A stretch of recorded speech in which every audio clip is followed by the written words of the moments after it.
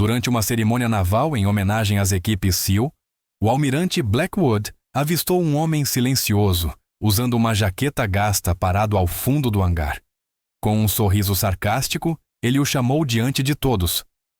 Qual é o seu codinome, herói?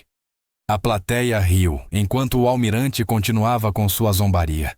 O veterano permaneceu em silêncio, os olhos fixos em algum ponto distante. Quando finalmente foi provocado além do limite, ele ergueu a cabeça e pronunciou apenas duas palavras, que de imediato congelaram cada pessoa na sala. Os veteranos se endireitaram. O rosto do almirante perdeu a cor, e de repente todos entenderam exatamente de quem haviam zombado. De que cidade do mundo você está assistindo a este vídeo hoje? Se esta história ressoa com você, considere se inscrever para mais relatos não contados sobre heróis silenciosos entre nós. O ar no estaleiro estava denso com o cheiro de sal e diesel quebrado, apenas pelo som rítmico do trabalho de Thorne Merrick. Suas mãos marcadas por cicatrizes se moviam com precisão experiente sobre o casco envelhecido de um barco de pesca. Cada movimento era econômico e firme. O amanhecer mal havia despontado sobre o porto de West Haven, lançando sombras longas pelo cais, onde ele passava quase todas as manhãs havia 7 anos. Thorne fez uma pausa, endireitou as costas e passou a mão pelos cabelos curtos, agora mais brancos do que pretos. Aos 43 anos, seu rosto carregava as marcas do tempo e do sol, mas havia algo em seus olhos que sugeria que nem todos aqueles anos foram passados em águas tranquilas. Seu olhar examinava o entorno com uma vigilância sutil, desnecessária para uma marina tão calma. O som de passos no cais o fez se virar. Lana se aproximava carregando 2 canecas térmicas, seus passos leves, apesar da hora precoce. Aos 16 anos ela tinha os traços delicados da mãe, mas carregava em si uma confiança silenciosa e autêntica. Você saiu sem comer de novo, disse ela, estendendo uma das canecas. Thorne a aceitou com um aceno. Não consegui dormir. Achei melhor começar cedo no barco dos Callahan. Lana se encostou em um pilar observando-o trabalhar. Tinha herdado dele a economia nas palavras. Suas conversas costumavam ser feitas mais de silêncios confortáveis do que de longos diálogos. Comunicavam-se por pequenos gestos, um café levado ao cais, uma refeição favorita preparada sem precisar pedir um lápis deixado discretamente na estante de partituras quando ela precisava. Preciso que assine isto, disse ela por fim, tirando um papel dobrado da mochila. Viagem da orquestra à base naval na próxima semana, arrecadação para o programa de música. A mão de Thorne hesitou por um instante sobre o formulário de permissão. Algo brilhou por trás de seus olhos antes que ele suavizasse cuidadosamente a expressão. Para que é? Perguntou em tom casual. Uma cerimônia de boas-vindas para as equipes SEAL que estão voltando. O diretor Finch acha que podemos conseguir doações para o programa de artes se formos tocar lá. Vão cortar o financiamento se não arrecadarmos $10.000. Thorne assentiu lentamente olhando o papel sem pegá-lo. Lana percebeu a relutância e franziu a testa. É só uma excursão, pai. Eu sei, respondeu ele, mas seus olhos continuaram fixos no papel como se houvesse perigo oculto ali. Finalmente limpou as mãos num pano e assinou com precisão rápida. Que horas o ônibus sai às 8? Os pais podem ir também. Precisam de acompanhantes. Thorne devolveu o papel sem comentar e voltou ao trabalho. Lana reconheceu o gesto sutil de quem encerra uma conversa, mas insistiu. Você podia ir.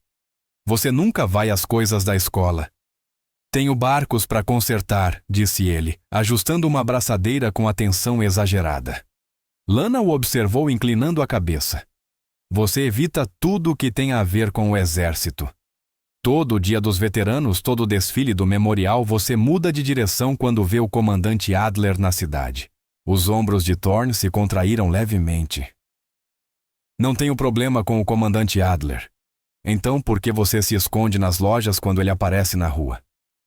A pergunta pairou no ar entre os dois. Lana esperou, mas Thorne continuou focado no trabalho de costas para ela. Tudo bem, disse ela, por fim colocando a mochila nos ombros. Tenho que ir. Ensaio da orquestra depois da aula, então chego tarde. Thorne acenou sem se virar. Vou deixar o jantar no forno. Quando ela partiu, ele parou de trabalhar, o olhar perdido no horizonte para os navios da marinha visíveis à distância. Sua expressão se endureceu quase imperceptivelmente antes que voltasse à tarefa. Seus movimentos agora eram mais bruscos, menos fluidos. West Haven era pequena o bastante para que todos dissessem conhecer a vida de todos, mas grande o suficiente para que segredos ainda encontrassem abrigo se bem guardados. Thorne havia chegado ali 7 anos antes com uma filha de 1 ano e poucos pertences, alugando o pequeno estaleiro que estava em ruínas. Reconstruiu-o com método e paciência, conquistando uma reputação de trabalho honesto e preços justos. Era reservado, mas sempre educado, ajudava os vizinhos nas tempestades e participava das limpezas comunitárias sem precisar ser chamado. Mesmo assim, continuava sendo um mistério. Alguns diziam que ele havia sido militar, seu porte e sua eficiência sugeriam isso, mas ele nunca confirmou nem negou. Evitava perguntas sobre o passado com tamanha naturalidade treinada, que a maioria desistia de perguntar. Seu único contato social regular fora do trabalho era com Adrésia Collins, a bibliotecária da cidade que fornecia livros para Lana, e ocasionalmente tomava uma xícara de café com Thorne quando os entregava. Naquela tarde, o ginásio da escola estava cheio de pais preocupados. Os cortes no orçamento haviam ameaçado programas em todo o distrito, mas as artes tinham sido as mais atingidas. Thorne sentou-se na última fileira, os braços cruzados, enquanto o diretor Finch explicava a crise. O programa de música precisa de $10.000 até o fim do semestre. Caso contrário, perderemos a orquestra. E a banda, explicou ele, a gravata borboleta, um pouco torta, enquanto gesticulava diante dos slides projetados. Conseguimos uma possível parceria com a base naval. Eles farão uma cerimônia em homenagem às equipes SEAL na próxima semana. Nossa orquestra foi convidada para se apresentar. Os pais murmuraram aprovando. A proximidade de West Haven com a base fazia com que muitas famílias tivessem vínculos militares. Thorne permaneceu em silêncio, o rosto impassível. Vários oficiais de alta patente estarão presentes, incluindo o almirante Riker Blackwood, continuou Finch. E também possíveis doadores. Se causarmos uma boa impressão, o programa pode garantir financiamento além do que precisamos. Do assento entre os outros alunos da orquestra, Lana procurou os olhos do pai, mas ele observava o diretor Finch com uma intensidade incomum. Quando a reunião terminou, os pais cercaram Finch, oferecendo ajuda com transporte e lanches.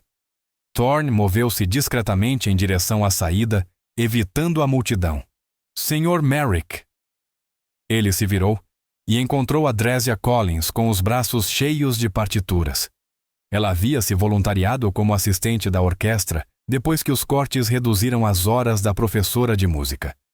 Sra. Collins cumprimentou ele com um leve aceno. O solo da Lana está ficando lindo, disse ela, acompanhando-o até o estacionamento. A mãe dela a ensinou bem. O rosto de Thorne suavizou um pouco. Sarah amava aquele violoncelo. Colocou a Lana para tocar quando ela mal conseguia segurar o instrumento.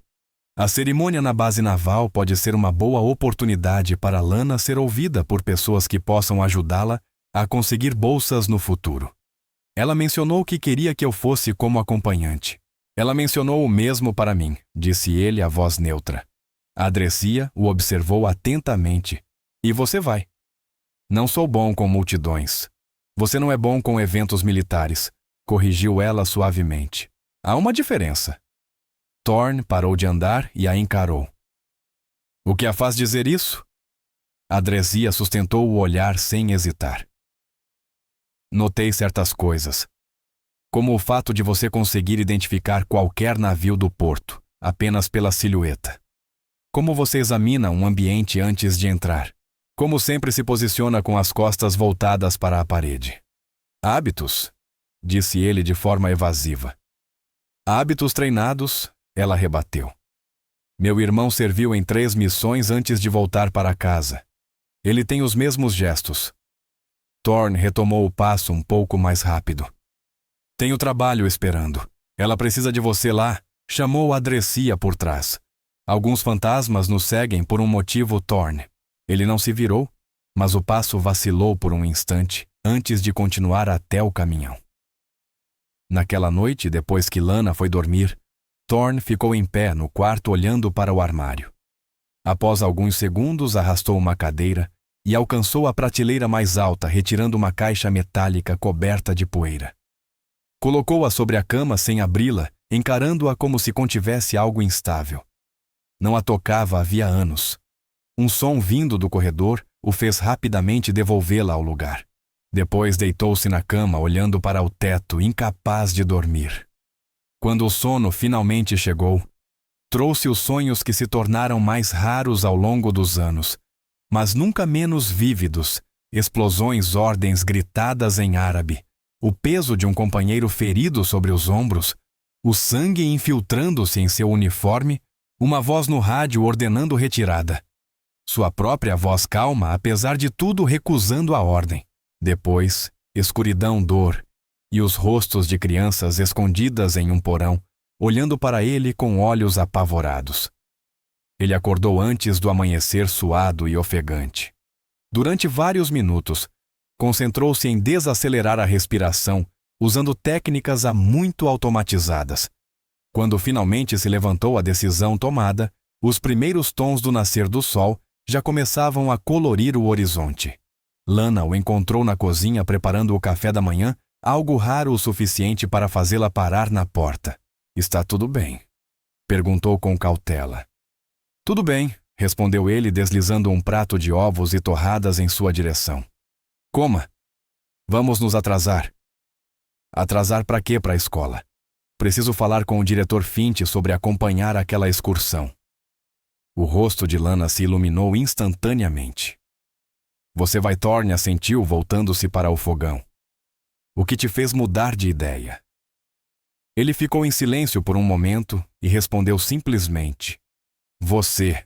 Na tarde anterior à excursão, Thorne reuniu os alunos da orquestra na sala de música para revisar o protocolo da visita à base naval. Seu comportamento reservado havia mudado para algo mais autoritário e os adolescentes reagiram instintivamente. Vocês precisarão de identificação no ponto de controle, explicou.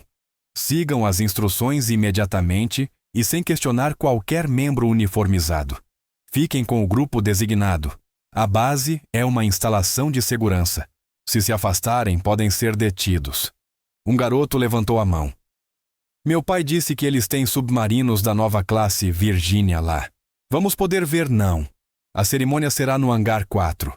Vocês não chegarão perto dos submarinos. Thorne respondeu com tanta precisão que alguns alunos trocaram olhares curiosos. Como o senhor sabe em qual hangar vai ser? Perguntou outro estudante. Thorne hesitou por um instante. Estava no pacote de informações. O aluno franziu a testa. O meu só dizia cerimônia na base naval. Uma das meninas o interrompeu, Sr. Merrick. O senhor serviu no exército. A sala ficou em silêncio. Todos os olhares se voltaram para Thorne. Ele os encarou com calma. Estamos falando sobre a excursão de amanhã. O ônibus sai às 8h. Não se atrasem. A mudança de assunto foi tão suave que a maioria dos alunos apenas assentiu e voltou a guardar seus instrumentos. Somente Lana percebeu a leve tensão nos ombros do pai quando ele se virou. Quando os alunos saíram da sala, Adressia se aproximou. Que belo discurso, sargento. Thorne olhou para ela com um reflexo agudo. Como é? Só uma observação, disse ela com serenidade. Você pegou o tom perfeitamente. Já estive em bases antes, respondeu ele. Só quero que os alunos estejam preparados. Adressia assentiu, aceitando a explicação ao pé da letra. Você parece tenso com o dia de amanhã. Não gosto de multidões. A cerimônia é em homenagem à equipe SEAL 6 e às unidades associadas. Disse ela com cuidado, observando a reação dele. O almirante Blackwood vai apresentar condecorações por algo chamado Operação Nightshade, e marcar o 10º aniversário da extração de Damasco. Se ela esperava alguma reação, ficou desapontada. A expressão de Thorne permaneceu neutra enquanto ele pegava as chaves. Lana vai se sair bem, disse ele. O solo dela está pronto. Thorne, a voz de Adrésia, suavizou. O que quer que você esteja carregando? Não precisa carregar sozinho. Ele a encarou brevemente. Algumas coisas é melhor carregar sozinho. E alguns fantasmas nos seguem por um motivo? Ela repetiu suas palavras anteriores. Talvez seja hora de descobrir por quê. Naquela noite, depois de verificar que Lana estava dormindo, Thorne pegou novamente a caixa de metal. Desta vez abriu-a. Dentro havia poucos objetos, uma fotografia desgastada com rostos propositalmente borrados, uma bandeira americana dobrada em triângulo e uma moeda estranha diferente de qualquer moeda comum. Ele ergueu a moeda, passando o polegar sobre a superfície. Inscrições em árabe circundavam a borda, envolvendo a imagem de um edifício antigo. Fechou a mão ao redor dela com força antes de colocá-la de volta na caixa. Na manhã seguinte, ao se vestir para a cerimônia, Thorne fitou o próprio reflexo no espelho. Usava roupas simples, jeans escuros, uma camisa azul de botões e uma jaqueta de couro envelhecida.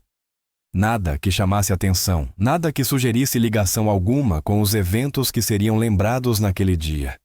Ele tocou uma cicatriz desbotada na base do pescoço parcialmente visível acima da gola. Era exatamente o formato do emblema que estaria em destaque no uniforme do almirante Blackwood naquele mesmo dia. Olhando para o espelho, murmurou. Um dia. Só precisa passar por um dia. O posto de controle da base naval era eficiente, mas minucioso. O guarda, examinando os documentos de identificação, demorou-se um pouco mais no de Thorne, levantando o olhar para comparar o rosto com a foto, antes de devolvê-lo sem comentar.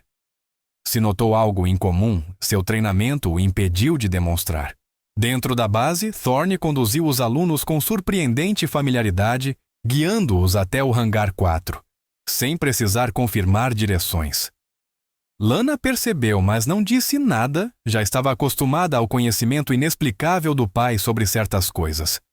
O hangar havia sido transformado para a cerimônia com fileiras de cadeiras voltadas para um palco coberto por um tecido azul marinho.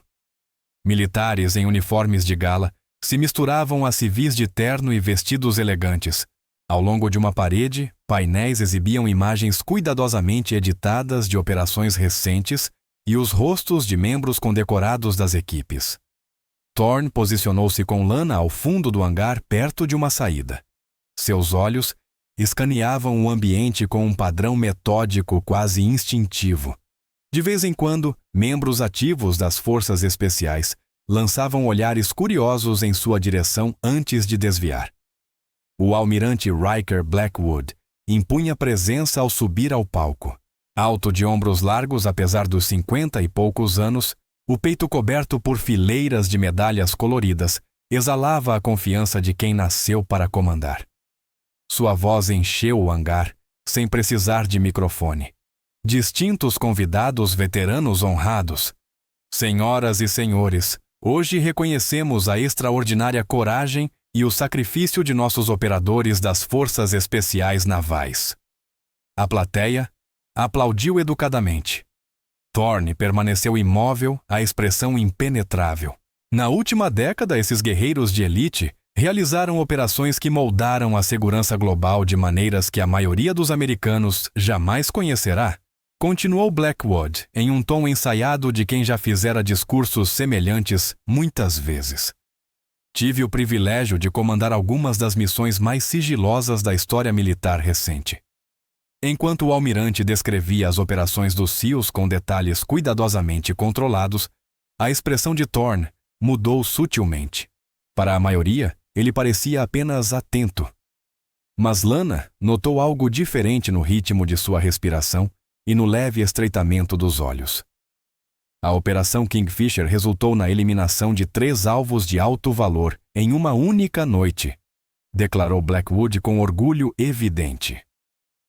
A equipe infiltrou-se por mar, percorreu 11 quilômetros a pé e concluiu o objetivo sem baixas civis. Os lábios de Thorne se comprimiram por um instante. Sua mão abriu e fechou ao lado do corpo num ritmo quase imperceptível. A Operação Black Anvil recuperou informações críticas que impediram um ataque às forças aliadas. A equipe executou um salto ralo a 30 mil pés em condições climáticas que manteriam a maioria das aeronaves em solo. O maxilar de Thorne se contraiu levemente, um músculo trabalhando logo abaixo da orelha. Na segunda fileira, o comandante Sable, um oficial magro e atento na casa dos 40 anos, percebeu as micro-reações de Thorne. Seu olhar começou a alternar entre o discurso de Blackwood e o homem silencioso no fundo do hangar. E talvez o mais significativo, prosseguiu Blackwood, com a voz agora mais solene. Comemoramos o 10º aniversário da Operação Damasco. Muitos detalhes permanecem classificados, mas posso dizer que decisões difíceis foram tomadas sob o meu comando. Salvamos vidas americanas, mantendo as mais altas tradições do serviço naval. Ao ouvir isso, a mão de Thorne tremeu levemente. Ele afirmou contra a perna, o rosto, uma máscara cuidadosamente composta. O comandante Sable inclinou-se em direção a outro oficial, murmurando algo e acenando discretamente na direção de Thorne. O oficial o observou por um instante antes de digitar algo em seu celular. Quando a cerimônia passou para a recepção, os alunos da orquestra se prepararam para a apresentação. Lana retirou o violoncelo do estojo, afinando-o com cuidado, enquanto o pai permanecia por perto, atento a ela e às pessoas ao redor. Seu solo é o terceiro, lembrou Adresia. Lembre-se de respirar no trecho difícil no meio. Lana assentiu concentrada os dedos, deslizando silenciosamente sobre as cordas, enquanto revisava a partitura. Quando a orquestra começou a tocar, as conversas diminuíram e a música preencheu o hangar, com uma beleza inesperada. Quando chegou a vez de Lana, uma adaptação comovente do Adagio for Strings, de Samuel Barber, muitos na plateia se emocionaram. O almirante Blackwood, que conversava perto da mesa de refrescos, parou para ouvir. Após o término da apresentação sob fortes aplausos, ele se aproximou dos jovens músicos que agora se serviam de sucos e petiscos. Execução impressionante, disse dirigindo-se diretamente a Lana. O solo de violoncelo foi particularmente tocante. Obrigada, senhor, respondeu ela naturalmente formal no ambiente. Você tem um dom, continuou Blackwood. Sua escola deve se orgulhar de ter alunos tão talentosos. Nosso programa de música será cortado se não conseguirmos levantar fundos, explicou Lana. É por isso que estamos aqui hoje. Uma pena, disse o almirante. As artes são frequentemente sacrificadas. O olhar dele então se voltou para Thorne, que havia se aproximado em silêncio. Você é o diretor de música. O pai dela, respondeu Thorne simplesmente. Blackwood o avaliou com o olhar experiente de um comandante. Você tem o porte de um militar. Serviu há muito tempo? Respondeu Thorne em tom neutro. Algo mudou sutilmente na postura de Blackwood. A curiosidade cortês tornou-se avaliação calculada. E, no entanto, não usa nenhum distintivo de serviço, nenhuma insígnia, nenhuma associação de unidade. Não preciso delas, respondeu Thorne. Uma pequena multidão começava a se formar ao redor, atraída pela tensão no ar. A voz de Blackwood soou firme, alcançando facilmente os convidados próximos. A maioria dos homens se orgulha de exibir seu serviço, especialmente em um evento militar. O orgulho assume formas diferentes, disse Thorne. O sorriso de Blackwood permaneceu, mas os olhos esfriaram. De que unidade se me permite perguntar? Isso importa. Apenas curiosidade profissional, respondeu o almirante com um tom que sugeria o contrário. Comandei muitos ao longo dos anos. Thorne permaneceu em silêncio, sem confirmar nem negar a insinuação de que pudesse ter servido sob o comando dele. Lana olhava de um para o outro, confusa com a hostilidade crescente. O comandante Sable havia se aproximado, posicionando-se discretamente ao alcance das palavras, observando Thorne com interesse crescente. Missões pressionou Blackwood, mantendo o sorriso para o público. Algumas respondeu Thorne vagamente. Estranho, disse o almirante agora com a voz um pouco mais alta, atraindo atenção. A maioria dos veteranos que conheço fala com orgulho do próprio serviço, especialmente em um evento que celebra os sacrifícios de nossos operadores especiais. A ênfase sutil em operadores especiais ficou suspensa no ar entre eles. Um veterano mais velho em pé nas proximidades sussurrou ao vizinho. Tem algo errado nisso. Blackwood, agora claramente atuando para a plateia, abriu as mãos num gesto de falsa curiosidade. Temos aqui um homem misterioso. Talvez possa compartilhar conosco sua experiência em operações especiais. Um murmúrio de risos percorreu o grupo. Lana corou de vergonha ao perceber que o pai estava sendo ridicularizado. Aposto que era da manutenção, sugeriu Blackwood com um tom debochado. Ou talvez do refeitório. Mais risadas se espalharam. Thorne permaneceu imóvel, o rosto impassível, mas a tensão visível na mandíbula. O comandante Sable deu um passo à frente, prestes a intervir, mas parou quando o almirante prosseguiu. Qual é o seu codinome, herói? Perguntou sorrindo amplamente ao ver a reação do público. Ou não chegaram a te dar um Ohangar? Pareceu prender a respiração aguardando a resposta.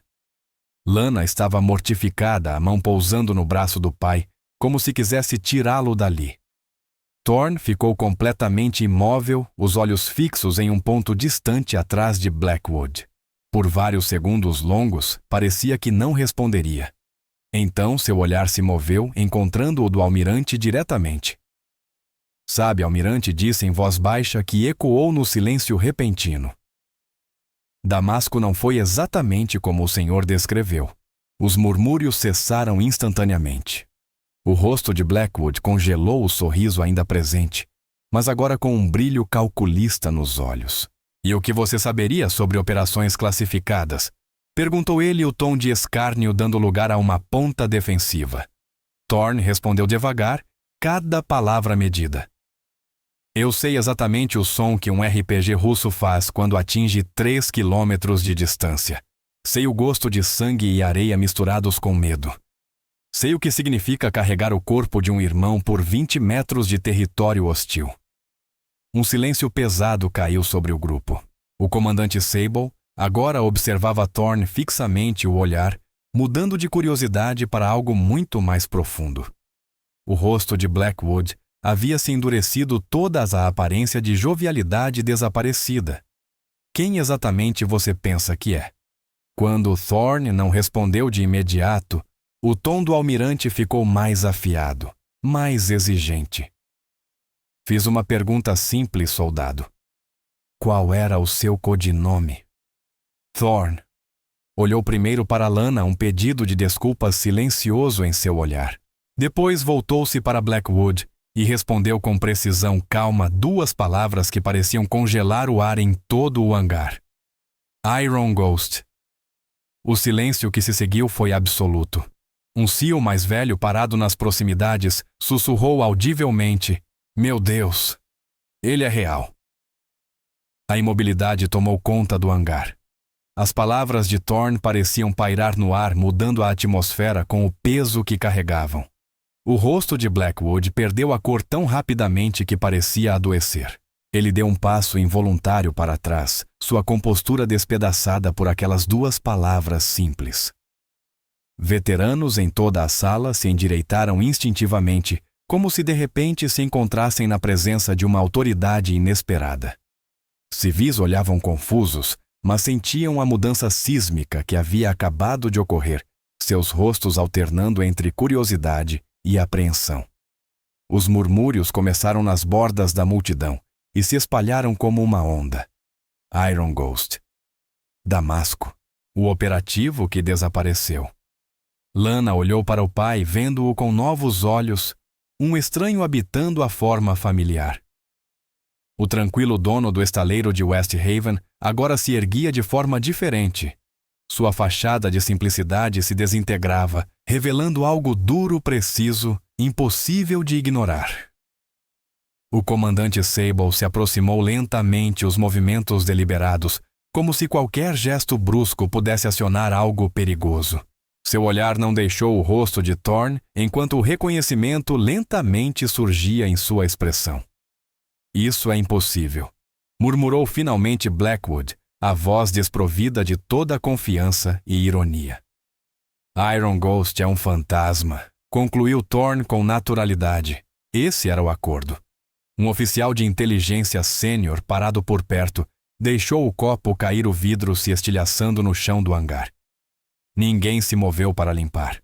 Todos os olhos permaneciam fixos na cena. Lana observava confusa enquanto a dinâmica de poder na sala se invertia completamente. O almirante, que minutos antes dominava o espaço com autoridade, agora parecia diminuído, enquanto seu pai, sempre discretamente irrelevante, agora era o epicentro de uma tempestade silenciosa, sem precisar mover um músculo. Damasco, disse Sable, em voz baixa, mas audível.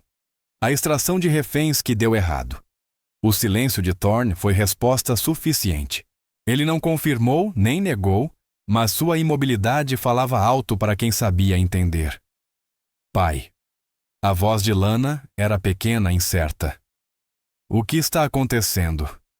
Thorne olhou para ela, e por um breve instante a dor atravessou suas feições antes que ele recuperasse o controle. Antes que pudesse responder, Blackwood se recompôs o suficiente para tentar recuperar autoridade sobre a situação. Se você é quem diz ser... Começou em tom defensivo. 17 de outubro. Interrompeu Thorne, o olhar voltando para o almirante. A casa segura foi comprometida. Você ordenou a retirada da equipe do seu posto de comando no Catar. A precisão da data e dos detalhes caiu como um golpe físico. Vários oficiais trocaram olhares, a informação não era pública. Sable deu mais um passo à frente. Mas vocês não se retiraram. 4 reféns, respondeu Thorne simples e direto. 3 eram crianças. Ficamos. As palavras pairaram no ar, pesadas de implicação. O rosto de Blackwood ficou rubro, a raiva substituindo o choque. Essas não eram as suas ordens, rosnou esquecendo-se da plateia ao redor. Não disse Thorne calmamente. Não eram. A admissão deveria tê-lo absolvido, mas o olhar firme de Thorne transformou-a em acusação. Adresse abriu caminho pela multidão e chegou ao lado de Lana, colocando uma mão reconfortante em seu ombro. Seus olhos permaneceram fixos em Thorne, uma mistura de preocupação, tristeza e algo que se assemelhava à confirmação. 3 companheiros morreram naquela noite. Continuou Thorne, a voz controlada mas intensa. Cada palavra parecia escolhida com precisão. O registro oficial diz que eles morreram porque eu desobedeci ordens. A expressão de Sable se obscureceu. Mas não foi isso que aconteceu, disse sem perguntar. O tom indicava que já duvidava da versão oficial havia muito tempo. A inteligência estava errada, explicou Thorne. O ponto de extração era uma emboscada. Alguém vazou nossa posição. Todos os olhares se voltaram para Blackwood, cuja carreira havia avançado rapidamente após Damasco. A implicação pairou no ar não dita, mas inconfundível. A escolha era simples, continuou Thorne. Cumprir ordens e abandonar os reféns à morte certa. Ou tentar o impossível. O rosto de Blackwood passou do pálido ao vermelho, marcado pela mistura de raiva e medo. Você não tem provas de nada disso, gritou, tentando soar autoritário, mas soando apenas desesperado. Thorne levou a mão lentamente ao bolso, o movimento fazendo vários seguranças próximos se tensionarem. O que ele retirou, porém, não era uma arma, mas sim a estranha moeda vista anteriormente em sua caixa de metal. Ele a ergueu, o metal captando a luz. Casa da Moeda de Damasco, explicou. Dada a mim pelo pai daquelas crianças depois que conseguimos tirá-las de lá. Ele lançou a moeda para Sable, que a pegou instintivamente e a examinou de perto. Isto corresponde à descrição no relatório classificado, confirmou o comandante, levantando o olhar para Thorne com novo respeito. Lana fitou a moeda, depois o pai tentando conciliar o homem silencioso do estaleiro com a figura que agora via diante de si, alguém cuja simples presença havia transformado uma sala cheia de oficiais de alta patente. Depois da extração, disse Thorne olhando para a filha: me deram uma escolha: desaparecer com uma dispensa honrosa tão profundamente arquivada que ninguém jamais a encontraria, ou enfrentar corte marcial por insubordinação. Ele manteve o olhar firme sobre ela. Eu tinha uma filha de 1 ano que acabara de perder a mãe. Escolhi desaparecer. O entendimento surgiu no rosto de Lana, logo seguido por confusão e dor. Todos aqueles anos, o pai que ela conhecia havia sido alguém completamente diferente, alguém com um passado tão importante que fazia almirantes empalidecerem e comandantes o observarem com reverência. E ainda assim, ele nunca havia compartilhado nada disso com ela. Essas acusações são absurdas e infundadas, balbuciou Blackwood, tentando recuperar o controle da situação. Seus olhos percorreram a sala em busca de aliados, mas encontraram apenas olhares cautelosos. São mesmo? Perguntou um almirante mais velho, avançando um passo. Seu rosto, marcado pelos anos, estava grave. Elas parecem coerentes com preocupações levantadas sobre a operação de Damasco há anos. Sable assentiu. Senhor, servi com homens que estiveram lá. Os relatos deles nunca coincidiram com o registro oficial. A expressão de Blackwood oscilava entre raiva, medo e cálculo. Este não é o momento nem o lugar para esse tipo de discussão, disse a voz tremendo. Estamos aqui para honrar operações atuais, não para reabrir feridas antigas. Não vim aqui por isso, respondeu Thorne, a voz firme. Vim por minha filha. Ele lançou um breve olhar para Lana, depois voltou-se para o almirante. Mas não vou ficar parado e ouvir você assumir o crédito pelo sacrifício de homens melhores. O hangar estava anormalmente silencioso. Mesmo os sons do lado de fora pareciam desaparecer, como se o próprio ar aguardasse o desfecho. Blackwood tentou se recompor, erguendo-se e fixando Thorne com um olhar frio nitidamente ameaçador. Você desapareceu por um motivo, Merrick. Talvez devesse ter continuado assim. A ameaça pairou no ar, mas antes que Thorne pudesse responder, Sable ergueu a mão em um gesto formal de saudação militar dirigido diretamente a Thorne. O gesto foi deliberado, público e inconfundível. Um a um, outros militares presentes o seguiram, veteranos oficiais da ativa, até alguns civis com passagens pelo serviço. Silenciosamente reconheceram aquilo que Blackwood tentara ridicularizar. O almirante se viu cercado por homens e mulheres em saudação ao homem de jaqueta gasta. Preso entre o protocolo e o peso do reconhecimento coletivo, Blackwood ergueu a mão relutante, devolvendo o cumprimento que jamais pensou dar. Thorne retribuiu o gesto com precisão impecável, o reflexo de anos de serviço evidente em cada linha de seu corpo.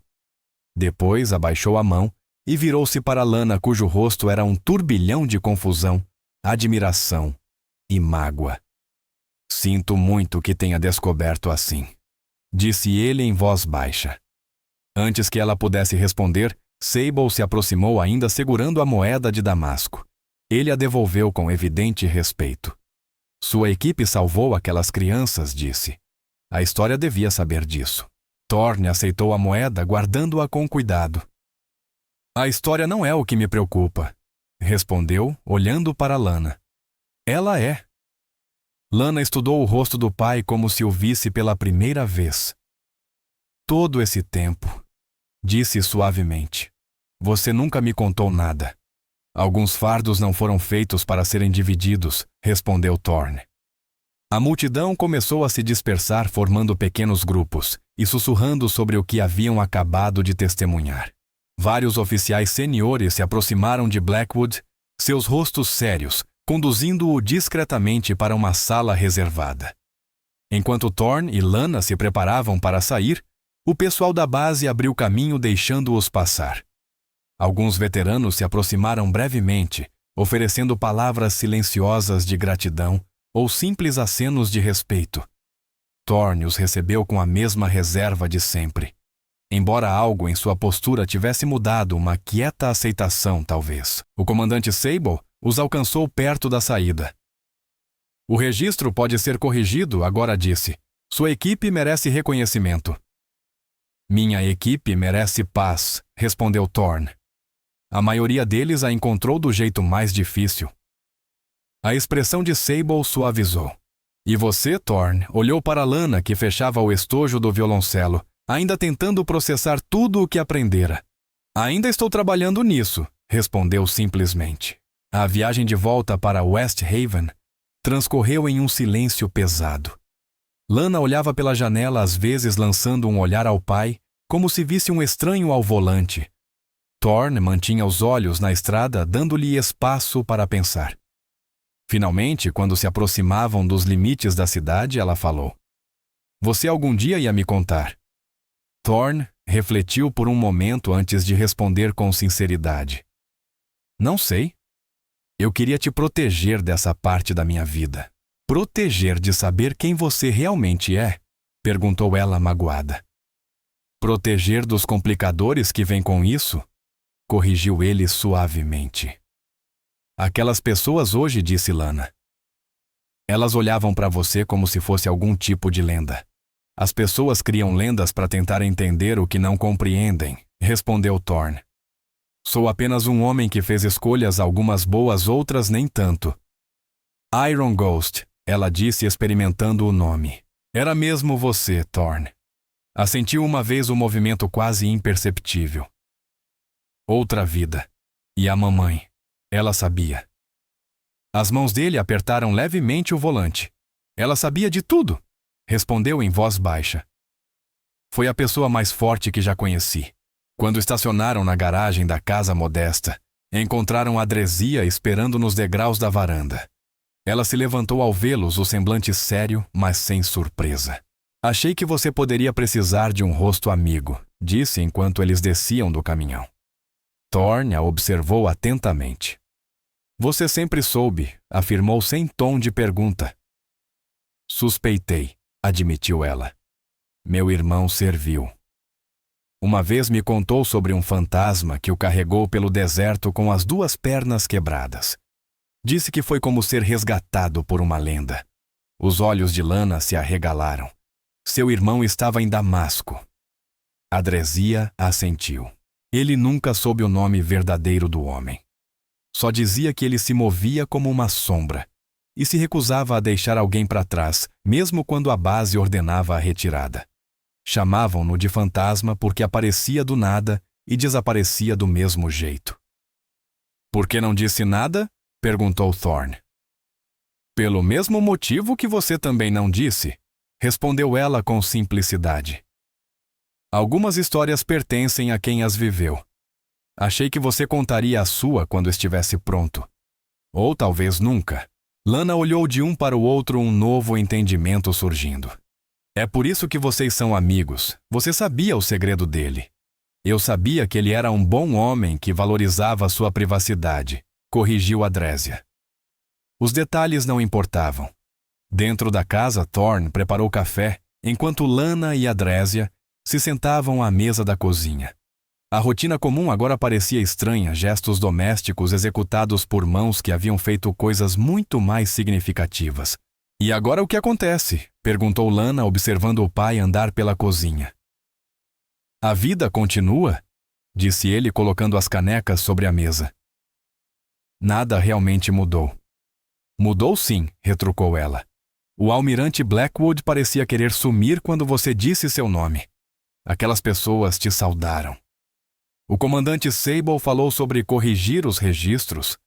Thorne se sentou pesadamente. Blackwood construiu a carreira em missões como Damasco, assumindo o crédito pelos sucessos, enterrando os fracassos. Homens como ele não caem facilmente. Mas se o que você disse é verdade, então é verdade, disse Adresia. Calma. Meu irmão estava lá. O que ele descreveu combina exatamente com o relato do seu pai. Então ele deve ser responsabilizado, insistiu Lana. Thorne balançou a cabeça. Não é tão simples. A versão oficial está de pé há 10 anos. Mudá-la agora levantaria dúvidas sobre outras operações, outros comandantes. Então ele simplesmente sai impune à voz dela. Subiu tomada de indignação. Eu já fiz as pazes com isso há muito tempo, respondeu Thorne. Reabrir o caso não traria de volta os homens que perdemos. Não mudaria o que aconteceu, mas limparia seu nome. Lana insistiu. Você vive escondido por causa dele. O olhar de Thorne suavizou. Eu vivo a vida que escolhi com você. Isso é o que importa.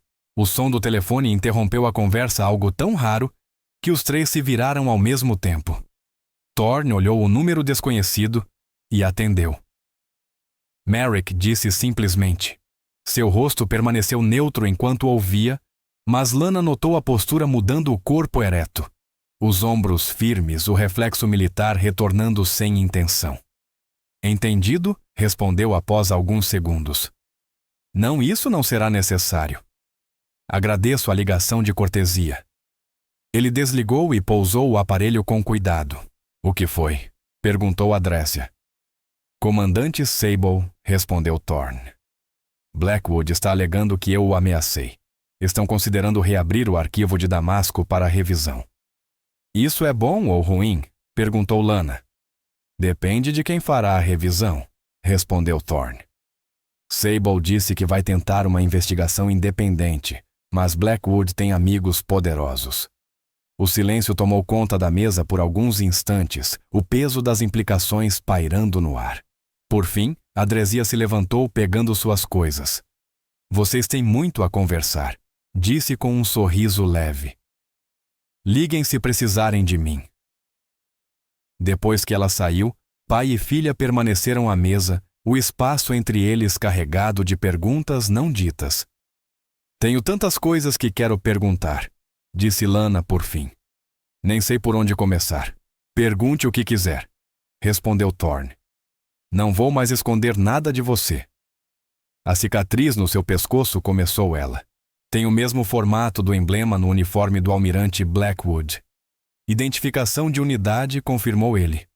A maioria de nós a tinha tatuada. A minha foi removida quando desapareci. A cicatriz é o que restou. E o nosso sobrenome Merrick é mesmo o nosso nome Thorne. Hesitou. Era o sobrenome de solteira da sua mãe. O meu nome de nascimento foi classificado quando desapareci.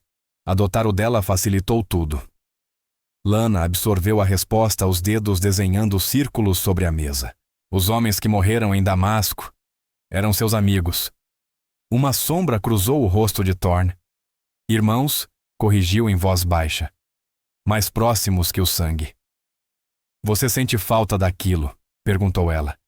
De quem você era antes? Thorne pensou por um momento. Sinto falta da clareza, às vezes admitiu. De saber exatamente o que precisava ser feito e ter as habilidades para fazê-lo. Mas não sinto falta do preço que vinha junto. E a mamãe?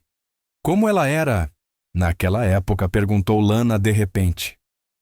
O olhar de Thorne se suavizou. Brilhante, destemida. Era analista de inteligência, a melhor com quem já trabalhei. Enxergava padrões que ninguém mais via. Foi assim que vocês se conheceram. Ele assentiu. Ela identificou inconsistências nos registros de fronteira que todos os outros ignoraram. Isso nos levou direto a uma célula que planejava ataques contra 3 embaixadas. Salvou centenas de vidas antes que elas sequer soubessem do perigo. Lana sorriu de leve. Parece a mãe que eu lembro. Sempre notando as coisas. Você é como ela nesse sentido, disse Thorne. Vê o que os outros não veem. Eles conversaram até tarde da noite. Thorne respondeu a tudo com a honestidade que podia oferecer, protegendo Lana do pior de suas memórias, mas pela primeira vez em muitos anos, sem esconder quem realmente era. Ele contou a ela sobre seu treinamento, sobre a irmandade de sua equipe, sobre missões e países de que ela mal tinha ouvido falar. Falou sobre a inteligência e a coragem de sua mãe, preenchendo lacunas nas lembranças de Lana com histórias da mulher que ajudara a moldar a vida de ambos. O que ele não contou foram os detalhes que ainda o despertavam à noite, o peso de corpos carregados por território hostil, o som que um homem faz quando sabe que está morrendo longe de casa, o momento em que você percebe que a inteligência estava errada e que conduziu homens bons para uma armadilha. Alguns fardos não foram feitos para serem compartilhados. Na segunda-feira seguinte, Thorne voltou ao estaleiro determinado a manter o máximo de normalidade possível, apesar do que ocorrera na base. Trabalhou metodicamente no barco dos Callahan, concentrando-se no ritmo familiar dos reparos para se recentrar. No meio da manhã, o som de veículos se aproximando o fez erguer os olhos. 3 SUVs pretos com placas do governo entraram no pátio de cascalho. O comandante Sable saiu do primeiro acompanhado por 2 homens de terno. Thorne largou as ferramentas e enxugou as mãos, observando a aproximação com expressão cautelosa. Sr. Merrick cumprimentou Sable formalmente. Peço desculpas pela intrusão. Este é o agente Cavanaugh, do NCIS, e o investigador especial Durant, do gabinete do inspetor-geral. Os homens assentiram em reconhecimento, mantendo, porém, a distância profissional. Em que posso ajudar, senhores? Perguntou Thorne em tom neutro. Estamos conduzindo uma investigação preliminar sobre os eventos da Operação Damasco, explicou Cavanaugh. Suas declarações na cerimônia levantaram questões que precisam ser apuradas. Não fiz nenhuma declaração formal, observou Thorne. Apenas respondi a provocações diretas. Ainda assim, interveio Durant, as informações que o senhor revelou entram em conflito com o registro oficial. O almirante Blackwood apresentou uma queixa alegando que o senhor fez acusações falsas em público. A expressão de Thorne permaneceu impassível. Relatei fatos conforme os vivi. É por isso que estamos aqui, disse Sable, para estabelecer o que realmente aconteceu. A operação de Damasco está cercada de inconsistências há anos. Seu aparecimento oferece uma oportunidade de esclarecê-las. Thorne estudou os homens com atenção, avaliando suas intenções. Exatamente o que querem de mim. Gostaríamos do seu depoimento formal sobre os eventos em Damasco, disse Cavanaugh. Especificamente a inteligência fornecida antes da operação, a cadeia de comando durante a execução e as circunstâncias das baixas. Esses registros foram lacrados há 10 anos, disse Thorne. Por acordo mútuo. Acordos podem ser revistos quando surgem novas evidências, replicou Durand. Thorne indicou o escritório do estaleiro. Vamos continuar essa conversa lá dentro. Enquanto caminhavam até o pequeno prédio, Sable emparelhou com Thorne. Blackwood está sendo chamado a Washington, disse em voz baixa. Isso já vai além de Damasco. Há perguntas sobre outras operações, outros relatórios. Thorne lançou-lhe um olhar rápido. Não estou interessado em derrubar o sistema. Só quero ser deixado em paz. Pode ser tarde para isso, respondeu Sable. Você se tornou visível no momento em que disse aquelas 2 palavras no hangar. Dentro do escritório, Thorne ofereceu café. Eles recusaram. Sentaram-se em torno da pequena mesa de reuniões, onde normalmente discutia reparos com clientes. Antes de começarmos, disse Thorne. Preciso saber o que acontece com a minha filha se eu cooperar. Os investigadores trocaram olhares. Nada muda para ela, garantiu Cavanaugh. Esta investigação diz respeito a eventos históricos, não ao seu status civil atual. E sua identidade permanece como está, acrescentou Durand. Não temos interesse em desestabilizar sua vida aqui. Trata-se de responsabilização pelo que ocorreu em Damasco, não de expô-lo. Thorne considerou por um instante e então assentiu uma vez. O que querem saber? Pelas 2 horas seguintes, respondeu às perguntas com precisão clínica, reconstituindo em detalhes a operação de Damasco. Descreveu o briefing inicial de inteligência, a infiltração em território hostil, o momento em que perceberam que a casa segura havia sido comprometida. Explicou a decisão de prosseguir, apesar das ordens de abortar o tiroteio que se seguiu, e a extração desesperada com companheiros feridos e reféns apavorados. Durante o relato de Thorne, Cavanaugh fazia anotações enquanto Durand gravava a conversa. Sable ouvia com atenção, interrompendo ocasionalmente para esclarecer decisões táticas ou comunicações de comando. O relatório oficial afirma que o senhor desobedeceu a uma ordem direta, resultando na morte de 3 membros da equipe, disse Durand. Mas o seu relato sugere que as baixas ocorreram porque o ponto de extração foi comprometido, não por causa da sua decisão de prosseguir. Correto? Correto, confirmou Thorne. Fomos emboscados no ponto de extração designado. Alguém sabia exatamente onde estaríamos. E o senhor acredita que houve um vazamento dessa informação, afirmou Cavanaugh. Eu sei que houve, respondeu Thorne com firmeza.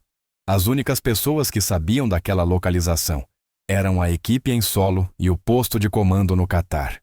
Mantivemos disciplina de comunicação o tempo todo. O vazamento veio de outro lugar. A implicação pairou no ar não dita, mas óbvia.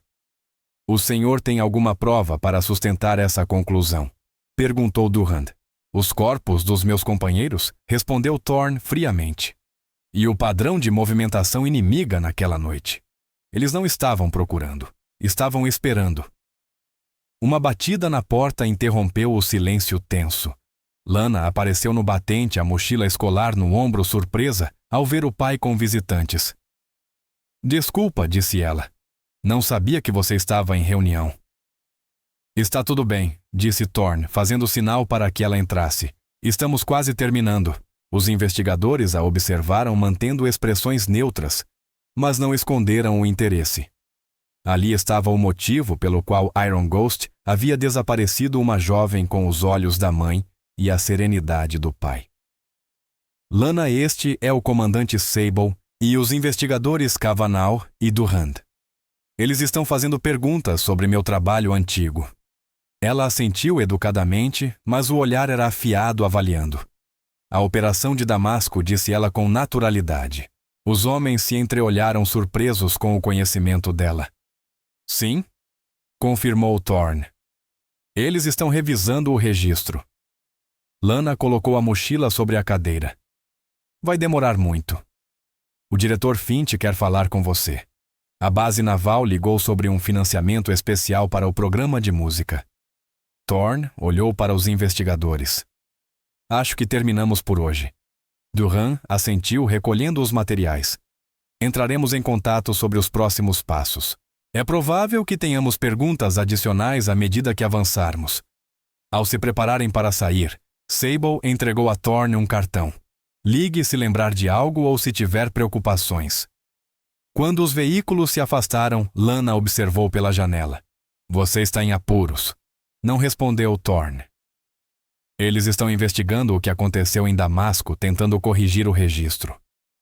Por causa do que você disse na cerimônia? Em parte, admitiu ele. Mas o comandante Sable mencionou que havia dúvidas sobre essa operação há anos. Eu apenas trouxe tudo à tona. Lana o analisou por um momento. Vale a pena depois de tanto tempo, Thorne refletiu antes de responder. 3 bons homens morreram naquela noite. As famílias deles foram informadas de que morreram porque desobedeci ordens. Se a verdade puder lhes dar paz, então sim, vale a pena. Mesmo que agora todos saibam quem você é de verdade? Isso já está acontecendo, disse ele, gesticulando para os carros que partiam. O melhor que posso fazer é tentar controlar as consequências. Mais tarde naquela noite, enquanto Thorne preparava o jantar, o telefone tocou novamente. O identificador de chamadas mostrava o nome de Adrésia. Você precisa ver isso, disse ela sem preâmbulos. Ligue qualquer canal de notícias. Thorne pegou o controle remoto da pequena televisão que raramente usavam. A tela se acendeu mostrando um âncora com expressão séria. Notícia de última hora, direto de Washington, anunciou. O almirante Riker Blackwood, comandante do Grupo 1 de Guerra Especial Naval, foi afastado de suas funções enquanto é investigado por suposta má conduta em operações classificadas. Fontes próximas ao Pentágono indicam que a investigação se concentra em relatórios possivelmente falsificados de várias missões de alto nível na última década. A imagem mostrou Blackwood saindo de um prédio cercado por repórteres que gritavam perguntas. Seu rosto estava tenso, tomado por uma fúria contida. Nossas fontes indicam que a investigação foi desencadeada por revelações de um ex-operador especial, acredita-se envolvido em um resgate de reféns controverso em Damasco há 10 anos. O Pentágono se recusou a comentar detalhes, mas confirmou que várias operações sob o comando de Blackwood estão agora sob revisão. Lana juntou-se ao pai na sala, os olhos arregalados diante da notícia. Isso é por sua causa, disse em voz baixa. Não só por mim, respondeu Thorne. Sable disse que as dúvidas já existiam. Eu só fui o catalisador. A transmissão continuou especulando sobre as implicações da investigação e o futuro de Blackwood. Thorne assistia em silêncio, o rosto indecifrável. A campainha tocou, fazendo os dois sobressaltarem. Thorne foi até a janela, o instinto de cautela ainda vivo após tantos anos. O que viu o fez congelar. 3 homens estavam na varanda. O porte deles era inconfundível. Quem conhecia reconheceria imediatamente o andar, a postura, o olhar atento de operadores das forças especiais. Um deles andava com uma perna protética parcialmente visível sob o jeans. Outro segurava uma bandeira dobrada idêntica à que Thorne guardava em sua caixa de metal. Pai perguntou Lana, percebendo o súbito silêncio. Quem é Thorne? Se virou lentamente, o rosto tomado por uma emoção que ela raramente via, algo entre choque e reconhecimento e reverência. Fantasmas, disse ele baixinho. De Damasco. Thorne permaneceu imóvel diante da janela, observando os homens na varanda, como se visse aparições. De certo modo, eram exatamente isso. Figuras de um passado que ele acreditava enterrado agora, materializadas diante dele. Pai, quem são eles?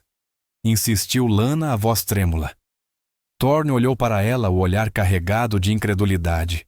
E algo mais, talvez medo, talvez esperança.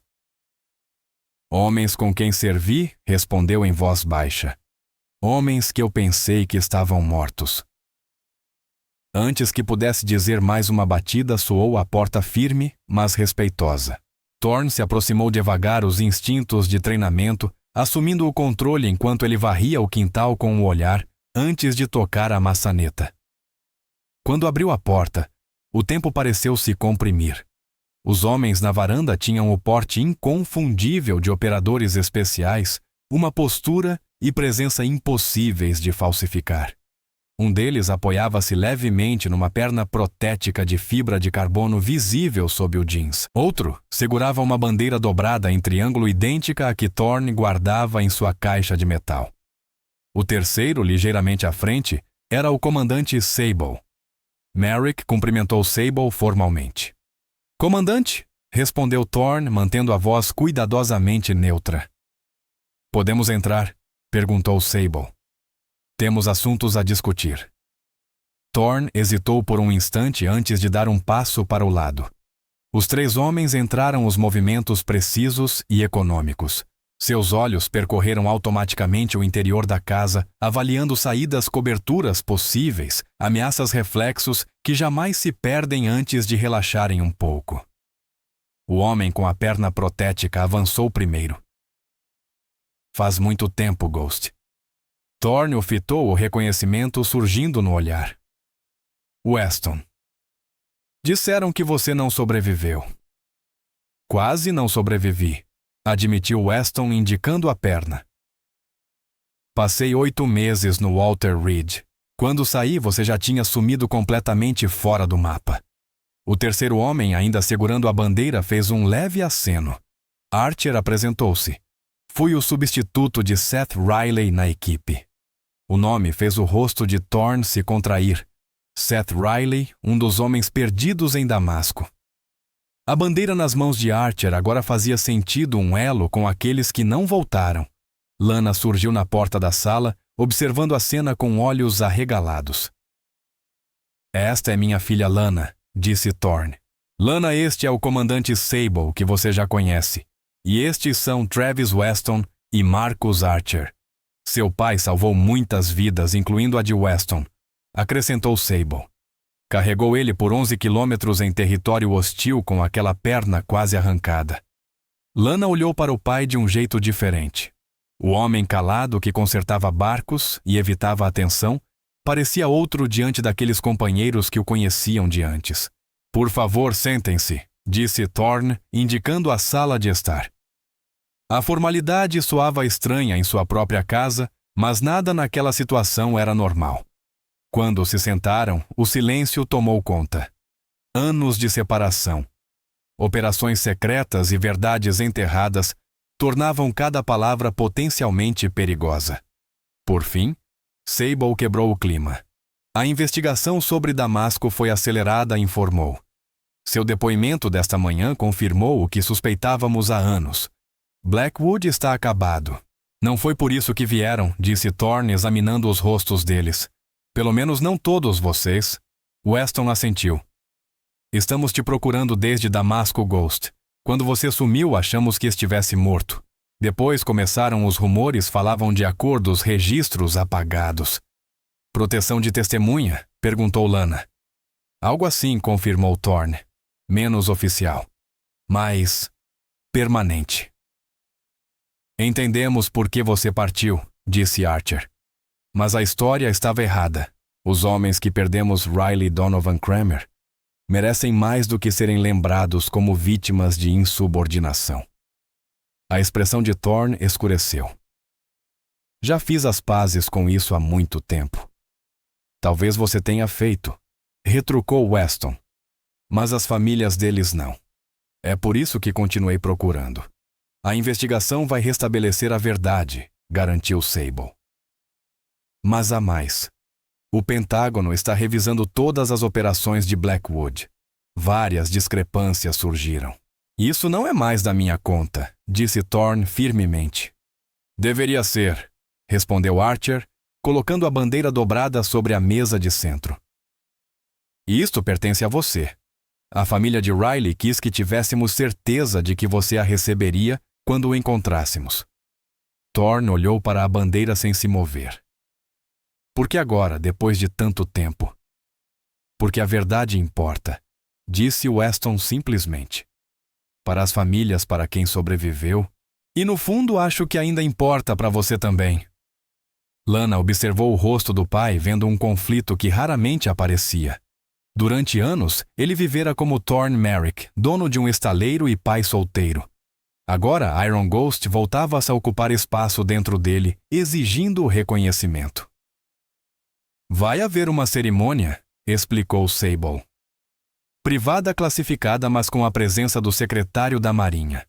Os registros serão corrigidos oficialmente. Os homens perdidos em Damasco receberão o devido reconhecimento, assim como os sobreviventes. Incluindo você, acrescentou Weston. Especialmente você. Thorne balançou a cabeça. Não preciso de reconhecimento.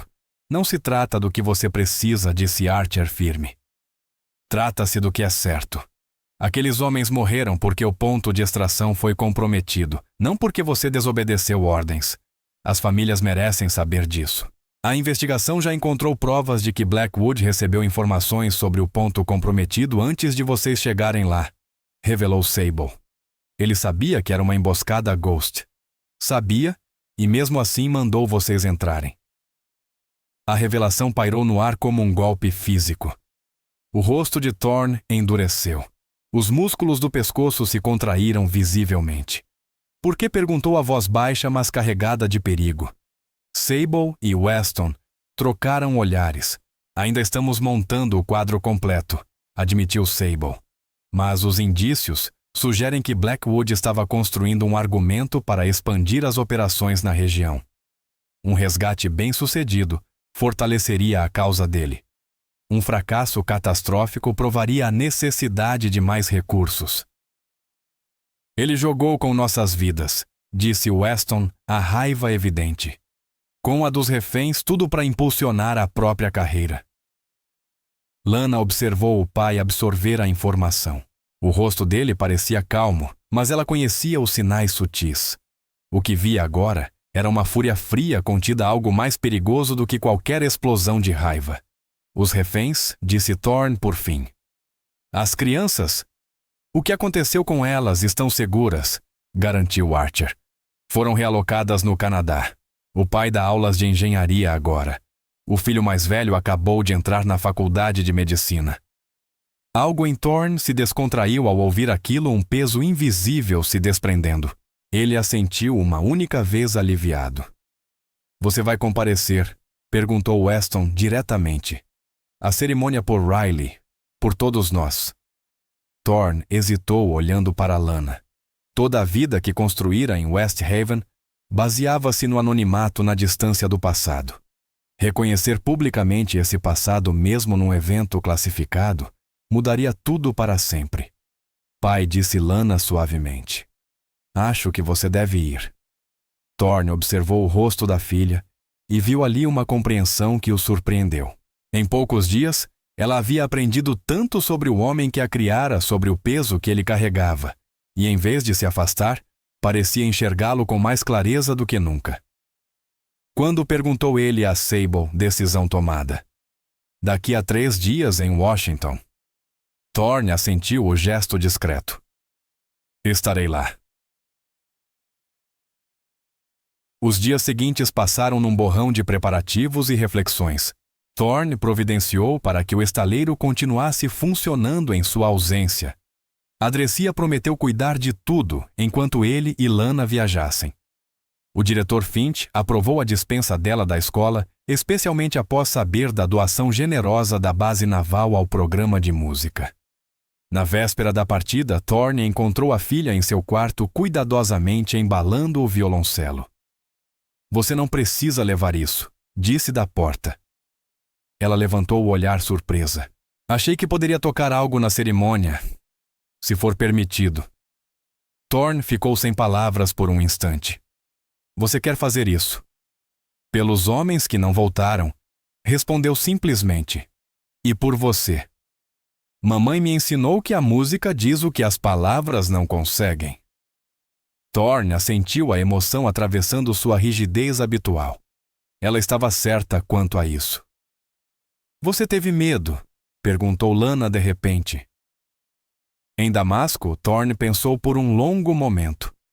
Sim, admitiu por fim. Não de morrer, mas de falhar. De tomar a decisão errada e fazer outros pagarem o preço. Mas você não falhou, disse ela. Você tirou os reféns de lá. Com um preço, lembrou ele. Um preço que não foi culpa sua, replicou Lana. É para isso que serve a cerimônia, não é? Para corrigir o que ficou errado. Thorne sorriu de leve. Quando foi que você ficou tão sábia assim? Devo ter herdado isso da mamãe, respondeu ela com um pequeno sorriso. A cerimônia foi realizada em uma sala de conferências segura no Pentágono, o espaço transformado com bandeiras e exposições formais. Apesar da natureza confidencial do evento, a sala estava cheia, oficiais da ativa, membros da inteligência e, mais importante, as famílias dos que haviam morrido em Damasco. Thorne sentou-se ereto em seu assento designado, usando um terno que lhe parecia estranho após tantos anos de roupas de trabalho. Lana estava ao lado, o estojo do violoncelo aos pés. Ficara surpresa quando Sable aprovara seu pedido para tocar, mas grata pela oportunidade de contribuir de forma significativa. O secretário da Marinha falou primeiro as palavras escolhidas com cuidado para equilibrar sigilo e solenidade. Hoje corrigimos o registro, declarou firmemente. Hoje honramos coragem e sacrifício, que por razões de segurança nacional, permaneceram por tempo demais sem reconhecimento. Thorne ouviu com atenção contida enquanto o secretário descrevia os fundamentos da operação de Damasco, as novas evidências e as conclusões da investigação. Falou sobre como a inteligência fora manipulada aos planos de extração comprometidos e a verdade enterrada, não para proteger o país, mas carreiras. 3 homens deram suas vidas naquela noite, continuou o secretário. Não por insubordinação ou erro de julgamento, mas por extraordinária bravura diante do impossível. O sargento Seth Riley, o oficial James Donovan e o especialista Michael Kramer demonstraram o mais alto ideal de serviço. Hoje, seus registros são oficialmente corrigidos e suas famílias receberão as cruzadas navais. A cerimônia seguiu com dignidade solene. As famílias receberam as medalhas entre lágrimas e orgulho. Thorne observou em silêncio o rosto sereno enquanto viúvas e pais finalmente recebiam o reconhecimento que lhes fora negado por anos. Então Sable aproximou-se do púlpito. Também reconhecemos os sobreviventes de Damasco. Homens que concluíram a missão contra todas as probabilidades, que se recusaram a abandonar civis inocentes, apesar das ordens diretas, e que carregaram seus irmãos feridos por mais de 20 metros em território inimigo. Um a um, Weston e Archer foram chamados para receber suas próprias condecorações. Por fim, Sable voltou-se para onde Thorne estava sentado. E reconhecemos o mestre-sargento Thomas Everett, conhecido por sua equipe como Iron Ghost, um homem que fez a escolha mais difícil que um comandante pode enfrentar: continuar uma missão quando ordenado a abortá-la, sabendo que o preço de qualquer decisão seria medido em vidas. Thorne levantou-se devagar, o nome que havia abandonado há uma década, voltando a envolvê-lo como um velho uniforme. Caminhou até a frente da sala com o passo firme e disciplinado de quem ainda carrega anos de serviço na alma. O secretário estendeu a ele uma caixa contendo a Cruz Naval. Seu país agradece por seu serviço e sacrifício, disse o secretário solenemente. O registro foi corrigido. Thorne recebeu a medalha com um aceno firme. Obrigado, senhor. Mas o verdadeiro reconhecimento pertence àqueles que não voltaram. Ao retornar ao assento, percebeu Lana observando-o, o orgulho evidente em seus olhos. Ela ouvira seu nome verdadeiro pela primeira vez e o vira ser reconhecido pelo homem que fora. Mas em sua expressão não havia confusão nem distância, apenas compreensão e um apoio silencioso e inabalável. Após as homenagens formais, Sable voltou ao pódio. Antes de encerrarmos, Lana Merrick, filha do mestre-sargento Everett, pediu para oferecer um tributo musical em honra aos que perdemos e aos que sobreviveram a Damasco. Lana avançou com o violoncelo e preparou-se rapidamente à frente da sala. Ajustou a postura, posicionou o arco e começou a tocar Adagio for Strings, de Samuel Barber, a mesma peça que havia apresentado na base naval, mas agora carregada de significado. A melodia triste e poderosa encheu o ambiente, vibrando no silêncio respeitoso. Thorne a observava tocar o rosto sereno, os olhos úmidos. O som falava de perda e lembrança de sacrifício e honra, coisas que as palavras jamais poderiam conter. Quando terminou o silêncio, durou alguns segundos antes que os aplausos começassem. Thorne viu lágrimas nos rostos das famílias dos homens caídos. Mesmo os oficiais endurecidos e agentes de inteligência pareciam profundamente comovidos. Quando a cerimônia terminou e as pessoas começaram a se dispersar, Thorne foi abordado por uma mulher que reconheceu de imediato Jennifer Riley, viúva de Seth. Thomas, disse ela usando o nome que ele não ouvia há 10 anos. Esperei todo esse tempo para agradecer. Thorne balançou a cabeça com humildade. Eu não consegui trazê-lo de volta para você. Mas você tentou, respondeu ela. E agora sabemos a verdade. Isso é o que importa. Ela o abraçou brevemente e seguiu adiante, deixando Thorne momentaneamente sem palavras. Uma a uma, as famílias dos homens caídos se aproximaram, expressando gratidão semelhante.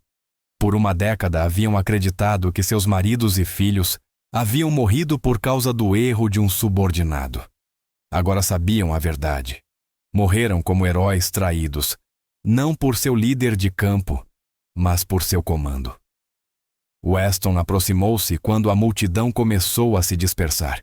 E agora, Ghost vai voltar a consertar barcos. Esse é o plano, confirmou Thorne. Você podia voltar, sabia, sugeriu Weston. Seu registro está limpo agora. As habilidades que você tem ainda fazem falta. Thorne olhou para Lana, que guardava cuidadosamente o violoncelo. Tenho outras prioridades agora. Weston seguiu seu olhar e assentiu com compreensão. Ela é o seu maior legado. E da Sarah também. A menção ao nome de sua falecida esposa trouxe um lampejo de emoção ao rosto de Thorne. Sarah teria se orgulhado dela, disse Weston. De vocês dois. Você fez o que ela queria, protegeu sua filha, deu a ela uma vida boa. Sable se aproximou antes que Thorne pudesse responder.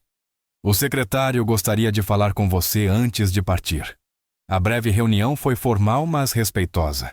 O secretário reconheceu oficialmente a correção do registro, garantiu que a identidade civil de Thorne permaneceria protegida e expressou um agradecimento pessoal por seu serviço. Vai retornar à ativa, sargento? Perguntou o secretário. Não, senhor. Respondeu Thorne sem hesitar. Meu serviço terminou. O secretário assentiu, aceitando a decisão.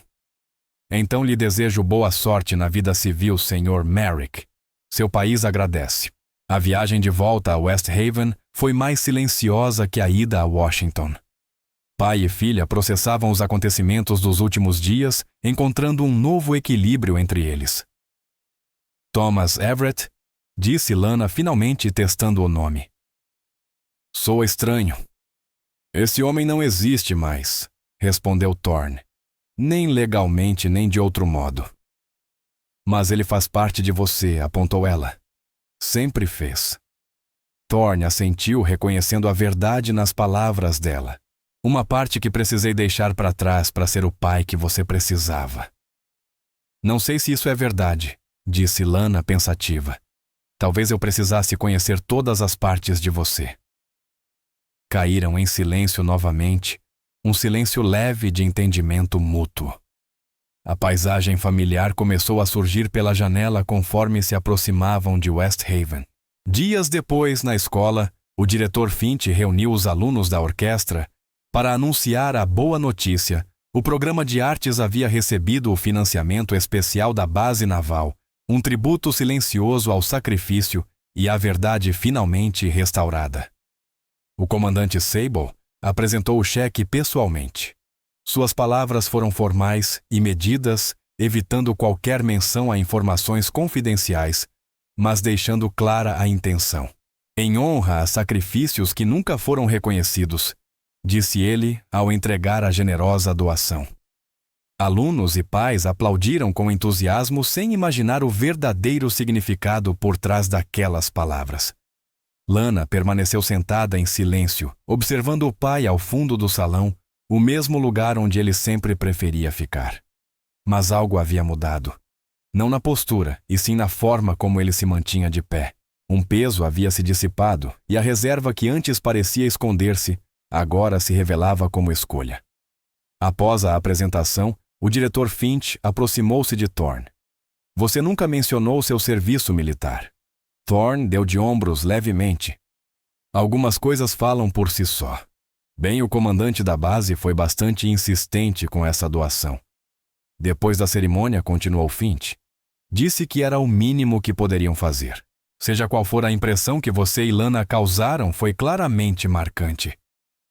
Thorne apenas assentiu os olhos, voltando-se para a filha do outro lado da sala. Lana estava com as amigas da orquestra rindo de algo que a Drésia acabara de dizer. O som da risada dela chegou até ele um lembrete vivo de tudo o que havia conquistado ao deixar sua antiga vida para trás. Naquela noite, Thorne voltou a trabalhar no estaleiro no mesmo barco dos Callahan que consertava antes de o mundo deles mudar. O trabalho familiar o ancorava no presente depois de dias imerso no passado. Lana chegou com o violoncelo posicionando-se num canto da oficina como fazia às vezes.